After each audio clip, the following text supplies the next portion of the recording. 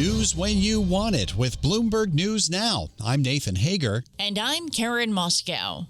Karen, we begin with the latest developments in the Middle East. Bloomberg News is reporting that President Trump met his national security team in the White House Situation Room for more than an hour yesterday, discussing the escalating conflict between Israel and Iran. The president followed that up with a call to Israel's Prime Minister, Benjamin Netanyahu. Before the meeting, he demanded Iran's unconditional surrender in a social media post.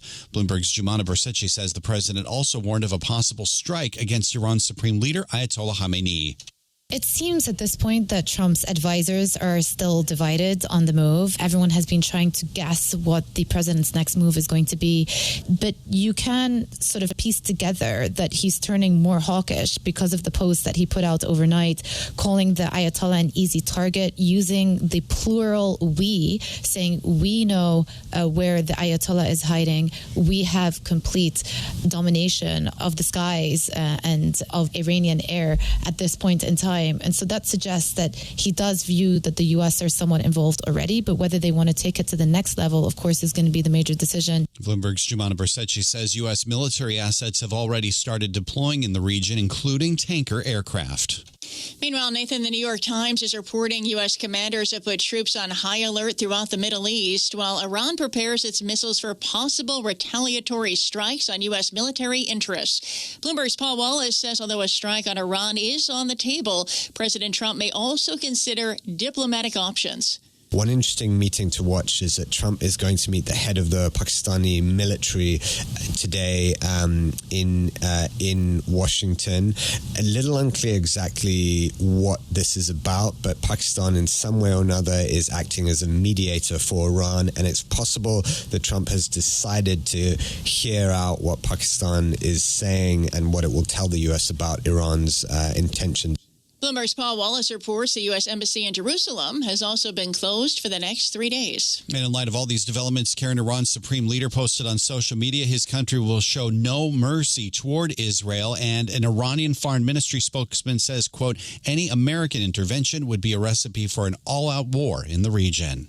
Nathan, the latest strikes from both sides have Brent crude trading around $76 a barrel, and Bloomberg's John Tucker joins us with the latest. John, good morning. Yeah, good morning, Karen. Yeah, both Brent, the international benchmark, and West Texas Intermediate, they closed yesterday at the highest level in almost 5 months. And for Ellen Lee at Causeway Capital, this is just one more element of risk for investors. And if oil prices do really spike, it will actually pressure inflation. So far things look okay, but, a lot of uncertainty out there. Iran's crude exporting infrastructure, that has been spared so far. Most of the fallout has been confined to shipping. The Middle East produces about a third of the world's oil, and a wider conflict could drive prices even higher.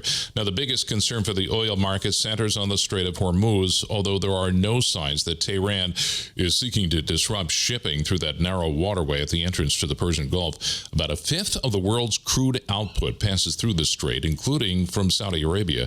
Meantime, industry figures show U.S. crude supplies, they fell by more than 10 million barrels last week. That would be the biggest decline since last summer. In New York, I'm John Tucker, Bloomberg Radio. All right, John, thank you. Leaders at the G7 summit in Canada closely watch developments in the Middle East. After President Trump's early departure, the focus turned to Ukraine and meetings with President Volodymyr Zelensky. Bloomberg's David Gura has the details from Banff. Ukraine's President Volodymyr Zelensky met with Prime Minister Mark Carney at the start of the day, and Canada announced more financial support for Ukraine in its fight with Russia. Also announced new sanctions on Russia as well. There was cajoling at the dinner among these leaders, and they were able to convince President Trump to support a statement on the Middle East. They were unsuccessful, however, in getting him to sign on to a statement on Ukraine. Friedrich Merz, the Chancellor of Germany, was cautiously optimistic, as he put it, that Trump will come around and be in favor of applying more sanctions to Russia.